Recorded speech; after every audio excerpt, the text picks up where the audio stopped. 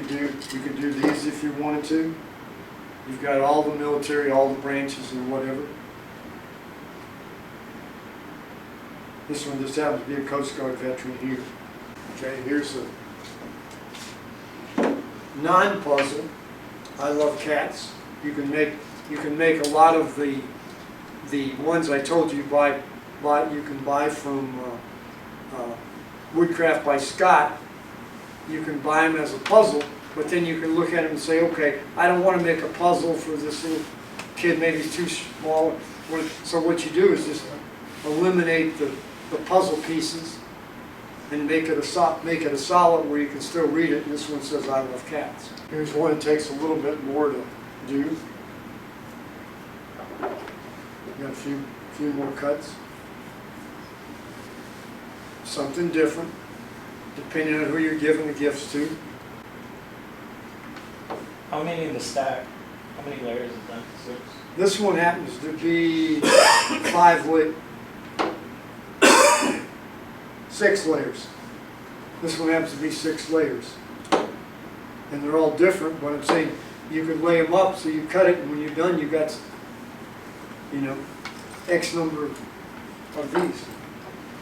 This was always a good one.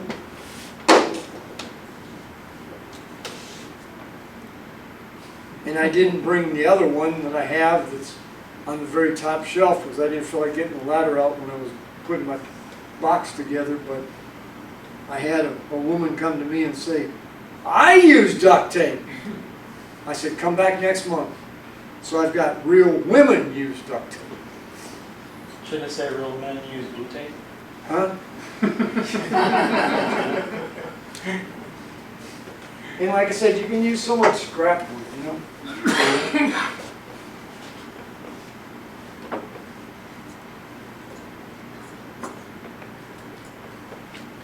Walt did a bunch of these, but I sell more. Walt did a bunch of these, but I sell more of these. And what's funny is I sell more of these in the summertime than I do as Christmas ornaments. People like to take and I don't know, but I guess Walt's not. If you get one of Walt's, my birds are 3-dimensionals. Walt's birds don't look like they're 3-dimensional over there. See, I cut those little 3-dimensional birds. As you see, they're 3-dimensional. Can you see that on the camera? And I found out if I use Spectra ply, they sell so much better. Oh, that's a beautiful bird. That's a cardinal. Cardinal doesn't use them. You don't want to see them. But anyway, but those work really well. The other thing, while I'm thinking about it, if you need these eye hooks, they sell them out here. They're $1.99 for a package or whatever. Okay, no matter what you do, make yourself a little starter hole because they're brass and you can twist them off really easy, or you can crack your wood. So, what I'm saying, I use a ton of those. How much you Spectra ply? I have found the source for Spectra ply, but it's kind of like It's out of Maine. okay. That's where I get it Do from. you buy a single color, or No. do you have to buy a No. Spectra ply is Spectra ply, so do you consider this a single color? well, like if you want something that's predominantly green, Yes. you wanting to repeat it Yep. 100 times. Yep. You can get whatever you want. They've got the different, and they got it in different sizes. They got it in different sizes. They've got it in 8 by 10 sheet. The 4 by 8 sheets of like plywood 3/4. And then they also have blocks. Big blocks of wood. Where did you get it? Spectra ply, out of Maine. Okay. Out of Maine. Here's another one that uses all my scraps. Hair bows, 3-dimensional. If you've never cut 3-dimensional, they're It's the most fun to cut. And then after you're done, you just go to Michael's and you can get the barrettes that go on them. And I use a method. This is my method. I use hot glue. Take the hot glue and put it on the back of the bow, and then push the barrette down. And what happens is the hot glue goes through the holes in the back of the barrette and creates a mushroom. So when the hot glue dries, it's stuck to the wood, and it really hasn't stuck to the metal, but it's gone through the metal and created a mushroom, so it's not going to detach. Like a rivet. And so, Those look good in spectre fly too. if you think about it, look at the scrap. I mean, you're not talking about a whole lot of wood, guys. And I make them out of every flavor of wood you can make them out of. Another one is, that was in the Scroll Song magazine, and it's mushrooms. Three-dimensional. So you can use all those little cut-offs and whatever, and you can make them this high and this high. I think Walt made a mushroom chess set, I think, at one Yes, I time. did.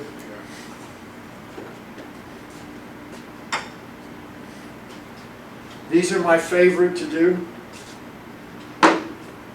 Okay, what do you see? Fish, What do you see? mermaid, Right. And what do you see? Rabbit. rabbit. They're one and the same. There's a whole book on these. I go to Fox Chapel Books and you can get it. But one thing, once you cut one, you're saying, how in the world did that come out of that block? Now the one kicker to this, the trick to this is, before you start cutting, make sure your table's at 90 degrees. Otherwise they don't come apart and they're a pain in the butt. And you break it trying to get it apart.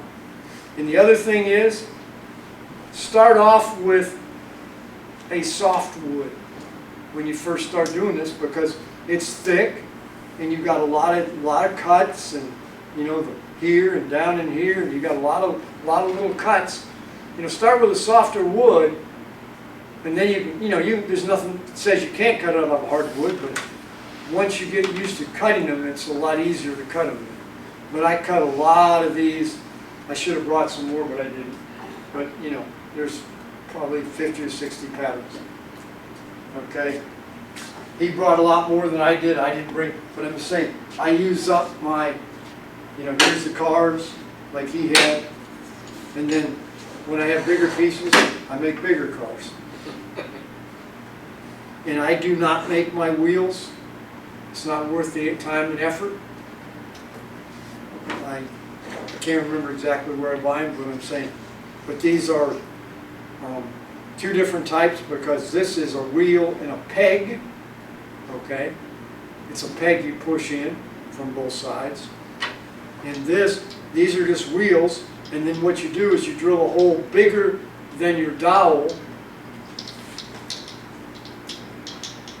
and then what happens is then the whole thing is the wheel and axle are one thing. You see what I'm saying? So they're going to run. There's no way they can get stuck. But there's a lot of these. This is a piece of, looks like almost 1 inch oak. There's all kinds of patterns on that. Then you can spend a while, if you've got somebody, and you got a lot of time, you could do a whole chess set. And there's all kinds of books available. Same thing on the Fox Chapel books. You can buy one that's got probably 25 or 30 different chess sets in it. I'm telling you, Gothic or whatever it is, and then you cut all your pieces from that. And you can do it a couple ways. What you could do is cut them all. Let's say you cut them all out of poplar, let's just say. Yeah, but a chess set has to be different colors. Okay? Fine. Oh, I don't want to use stain. Now what do? I take the dark ones that I need, and I put them in the oven Okay, and I bake them. And you watch them. Depending on the wood, what'll happen is this wood will turn brown or a different color. And it'll be all the way through, believe it or not. All the way through. And so you can have your two colored chess sets. And you're using the same wood. Okay? One other thing with the chess pieces, put off on the table there. If you notice on that chess piece, there's a band that goes all the way around it. If your block is not perfectly square, those edges will not meet up. So if you want a chess piece with that, you need to make sure your block is perfectly square all the way around. And blade is perfect. And you put your pattern on perfectly square And you put your pattern up, yes, and straight. yes. What kind of temperature do you bake at? I usually do about 250, 300, but you can't say, okay, oh, I did that, it's 10 minutes. Depends on the wood. It depends a lot on the wood you're doing, but I'm saying, makes a big difference. You may not want to use your wife's oven either. But here's some more interesting ones. Here's another one here. These go over really well too. As you see what that is. If you got some dog lovers, dog bones. But just out of scrap, and this happens to be a piece of, I want to say a piece of oak. Okay. Here's another one if you have horse lovers. That's a horseshoe puzzle. Sorry, it's in the shrink wrap, but that keeps my pieces together. That's how I keep my pieces together. But that's a horseshoe, and it's all different horses. There's like 1, 2, there's 9 horses inside the horseshoe. So it's a good one. Hey Buzz, explain this one to me. Oh, holy night? Yeah. Where did the pattern come from? I just pulled this off the shelf. I got this. He made it, and I got this at one of our Christmas parties. Oh. So I figured I would bring it. He made it. Buzz made it. It looks like it's made out of oak. It looks like. And there's a star that you could use that sprinkles on. If you're looking for dinosaur puzzles, #1 dinosaur puzzle for kids. What is it? T-Rex. T-Rex, yeah. I mean, they love T-Rexes. That's the first thing they'll gravitate to, is the T-Rex. But you could make any dinosaur and they'll tell you what it is. Even I don't know what they are. But I mean, you can make anything. But there's a whole book. I think it's by the Petersons. It's all dinosaurs. And I think you can get it on, go out to Foxdale and you can pick it up out there. Here's a book. These are all, cut on scroll saw. And then his idea to put a bird in the middle of them. So I put a 3-dimensional bird in them. And these happen to be all cut out of a piece of pine. I want to say it was probably a 2x6 or something, probably. But as you can see, it's had some grain in it or whatever. But they're fun to cut. But they are a lot of cuts. And when you're doing this type of cutting, you basically you put your pattern on, and your pattern basically is like that. One side's here and one side's here on the other side of your block. This is not as important as for the chess pieces, but the closer your pattern, the closer your block is to the size of your pattern, the less wood you have to cut. Okay? And then what you do is drill all your holes, and then you cut all your holes. Cut all your holes on this side, cut all your holes on this side. Now, be careful. you cut your holes on this side, and when you cut your holes on this side, they're gonna cut a lot faster. Why? Because you've eliminated wood by cutting the holes on this side.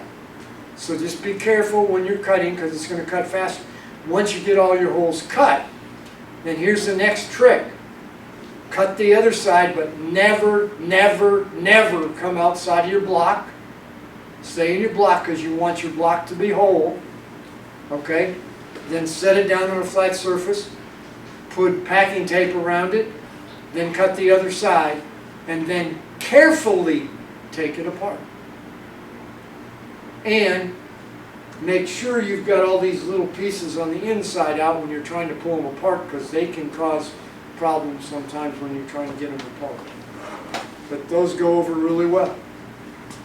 Okay, here's another, Christmas one. Maybe it's for a niece or nephew, little angel. You can make a bunch of, somebody says they want a reindeer, a bunch of reindeer. This one's got a bow on it if I turn it the right way. That's a Steve Good pattern, I'm pretty sure. Here's another activity. This is out of this will never get destroyed. It could be outside for 50 years because it's made out of that wood that came from Rob's. Tomorrow. So there's an activity which is no different than what I put inside the loft. So just throwing that out. And because it was Kamara or whatever it is, I cut this individually because this stuff is so hard that it's not worth trying to stack cut. And you don't have to worry about the blade zipping through like it does a 1/4-inch piece of plywood. But those go over really well. So far I've sold 7 of these, I think.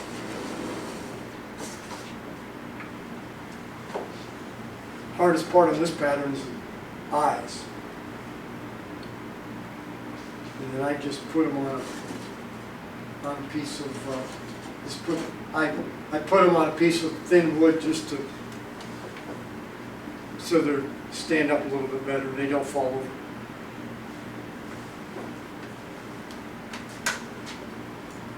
And that one, if you're going out to Steve Good, just put cat. C-A-T. Don't put cats.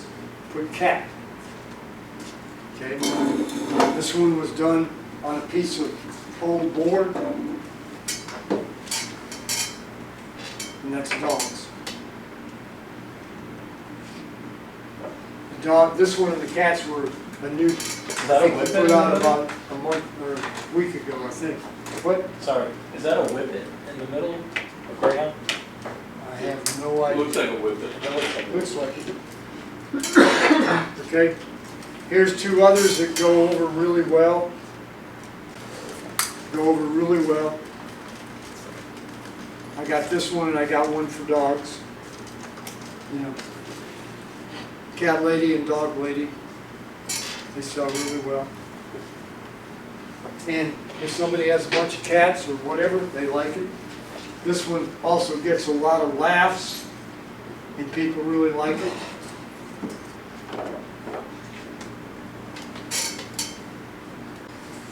Where's your cat lady pattern from? Take a guess. See, good. These are good too.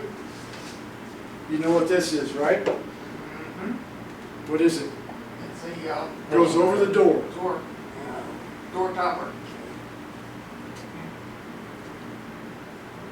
I tell people if they put it over their door or whatever, use the alien tape. And that way it stays up there and won't fall down when the door shuts hard or whatever. But,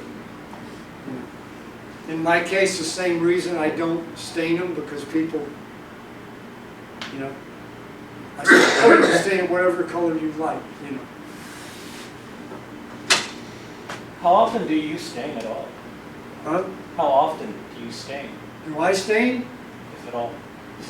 0, because if I had stained that dark, they'd say, can I have that light? My dog is white. And so this way they can do what they want with it. So is that why you don't put finish on most of them? Pardon me? Is that why you don't put like finish on most of them, like a clear coat or anything? I don't, you know, Or just time, you don't? I let them, a lot of don't put finish on, that way they can stain it whatever they want. Mhm. And if I stain it, what's that do for me? It'll save you time. More time, more effort, you know, so I can sell it at a cheaper. Mhm. Same thing here, here's one out of that Spectraply.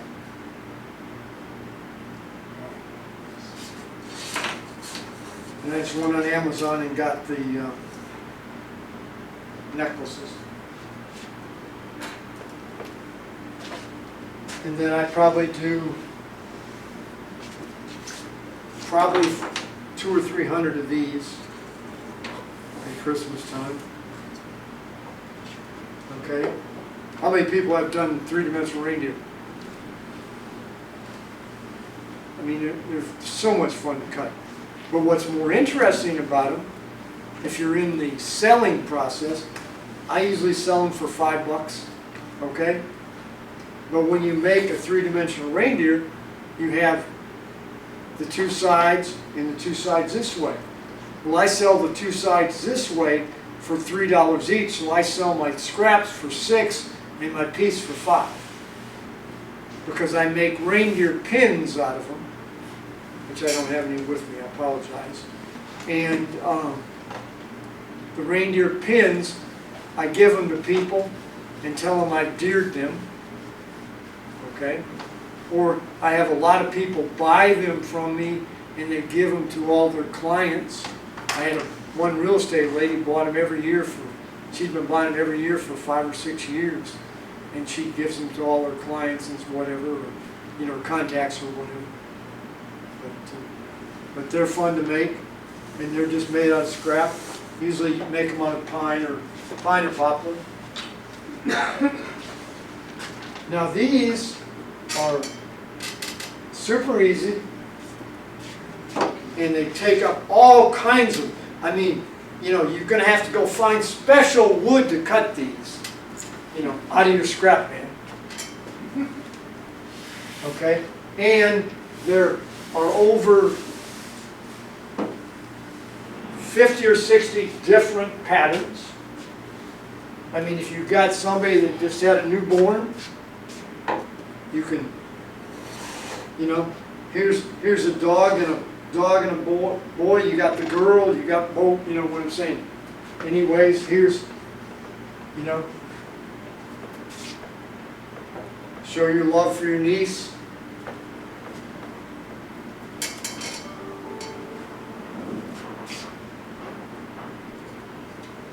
There's a wheelchair and a dog. I broke this one on the way here. I did pretty good. I only broke 2 items on the way. Those are my hikers. Okay. If you go out to Foxdale, there's 2 books on them. I call these my stick figures, and there's probably 60 different varieties. Like I say, here's the whole family. You know, you got a dog and a cat, husband and wife, and you got here's the mother and the baby, and you got dad, mother, and the baby. You got multiple choices. Okay. But like I said, if you need a quick gift, you know, and they got a dog or whatever, you know, Woodcraft by Scott, you know, is a for $3. That's pretty cheap. It's a pretty cheap gift, but it gets exactly what you want, and you get it instantaneously. I mean, you got to go 2 sections. He's got one where he's selling the finished product, and one where he's selling the patterns. Now, if you're not familiar with Woodcraft by Scott, he does not create any of the patterns. He got associated with an Amish person many years ago. And of course the Amish can't use any technology. So the Amish person hand draws them all. So what he's done is he hand draws them, sends them to Scott. Scott puts them into computer language, and so they can be downloaded, and then he sends money back to the Amish guy every time he sells a pattern. So that guy gets it. So, and what he can do is he can do special order for you, but there's a leg on that because they're all hand done by the guy. So what he has to do is he has to go, I guess once a week they can go make a phone call, so he sends them slow mail and says, I need an XYZ, and he'll make it. Now if it's another dog, he adds it to his pattern thing, but it may be a dog with somebody's name in it or whatever. Okay? Another thing you can do, if you get one of these dog patterns or whatever, you could put it on a base. If you happen to have a laser, you could laser the name of the dog in it if you want. You know what I'm saying? But there's a lot of things you can do, a lot of things you can make. These, like I said, this takes a lot of wood to make this. You know? And I know all of you've got it, and you see oak, walnut, poplar, pine, you know, whatever you got, it makes a gift. I call these my stick figures. And I probably got 60 or 70 different stick figures. I didn't bring a whole lot. Sorry about that. I brought some things, different things. I've got 3 booths at Lakewood 400 that go 20 feet in the air. And it's packed. But if I was going to suggest something, is good gifts would be the dog puzzles, book letters. I use Reader's Digest only because of the fact they're all the same size. So I can create an inventory of books that are the same size, and they can put them together to get the kid's name or initials or whatever they have. But it doesn't mean you can cut them out of any book you want to cut them out. Okay? Now I know we did. Now the other thing I didn't mention either. I didn't saw anything. And the reason I didn't saw anything is everything I showed today. There's a YouTube video out on the website. So any questions? Take pictures all you want. Yes. I got one question. Okay. I can answer one. How do you recommend pricing? How do you recommend pricing? The number one rule I have is never, never, never, never price it too low. Okay? What do you think I priced these at? Hey, I got to make it easy on myself too. 20? They're $20 a set. Set, how much is a set? That's a set, that's a set, that's a set, that's a set, that's a set, that's a set, and that's a set. So I get my, yeah, this took me longer, but not as long, you know what I'm saying? Have no questions about that, okay? But never underprice. What's funny is I can sell more at a higher price than I can at a lower price because the people think I bought it at Walmart. You know? Just like these, when I first started out, I used to make all my blocks identically the same size, and I would cut them because I thought that's the way it should be. Couldn't sell them. People thought they were mass produced. Now I put the bases can be this big, depending on how the wood is. I sell those for $25. The 3Ds. But and like I said, I sold the butterfly for $50. I sold the Nativity walnut for $50. I sold the piano player for $50. You just have these. These I always sell in multiples. I sell these for $6 each, or 2 for $10. These are the crosses, cross necklaces. If you can do multiples, if you're selling, I sell these birdhouses for $6 each with a hook, or 2 for $10. They always buy the 2 for $10. I sell the cars. I sell the little cars. I sell them for $6 each, or 5 for $25. They always buy 5. But you know, you just have to price it. I like to price in multiples when I price, and I try to keep it simple. And you know, this is what I've been doing over a period of time. I sell the hair bows. I sell hair bows for $6 each. There's no adjustment on that. I just flat 6. No matter if it's this big or that big. It takes me the same length of time to cut it, whether it's a small one or a little Same one. price for the Spectra ply hair bows too? Same Pardon price me? if you're using the Spectra ply. I might go a little bit more, but I haven't done much out of I haven't done that many out of Spectra ply. I like to sell these, and these are plain, there's nothing on them, and I tell them if they wear them for about, a couple months, they will patina from the oil in their hair. You know, so they will get, you know, nice. I mean, I've only got probably 150 dog patterns, dogs cut in my booth, okay, that are in my booth.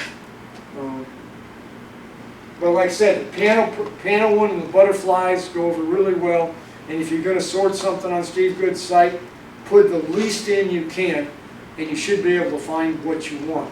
I.e., if you put dogs in there like the dog patterns, you're going to find, see, in this case, the dog and the cat were in the same pattern. But you look up dogs, when you get that pattern, you'll see it has both in it.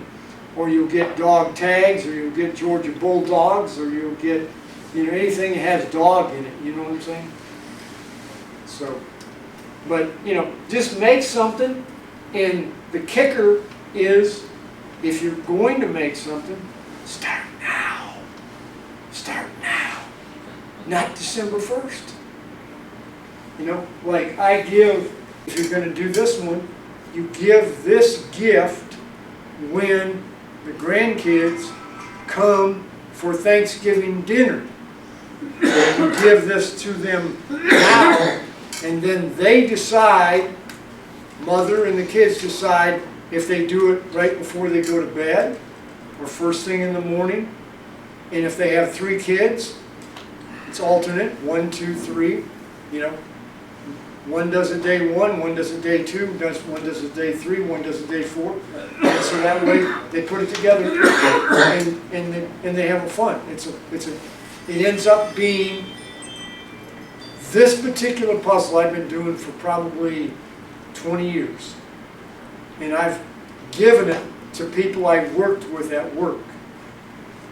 Their kids, who are married now and have kids, came to me and said, you make the Advent puzzle, right? And I found out who they were. I said, well, you've got one. Yeah, but Mother's not playing favorites. She's keeping it. And so I've got to get my own. And I've got kids, and I want one for my kids because it becomes a tradition.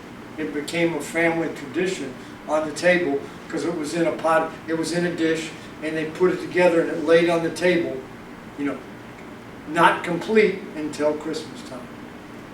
And so, you know, but, you know, start early, have fun. I mean, the logs do really well. The crosses do really well. And like I said, this was my biggest seller. If you got somebody that's a pianist or whatever, you know, and if you look this one up and put piano in there, you'll get both the lady and the man. So you can do it for a niece or a nephew, either one. Like I said, the other one was the butterflies, sold really well. And I did one like this, I sold out. It's a nativity scene. As you can imagine, you can do 12 by 12 sheet. I can usually do, if they're 4 thick, I can usually do about 16 ornaments. Because I can lay them all out I put some of the pieces in this arc right here, you know, so I can cut them out, but, you know. I guess that's it. Maybe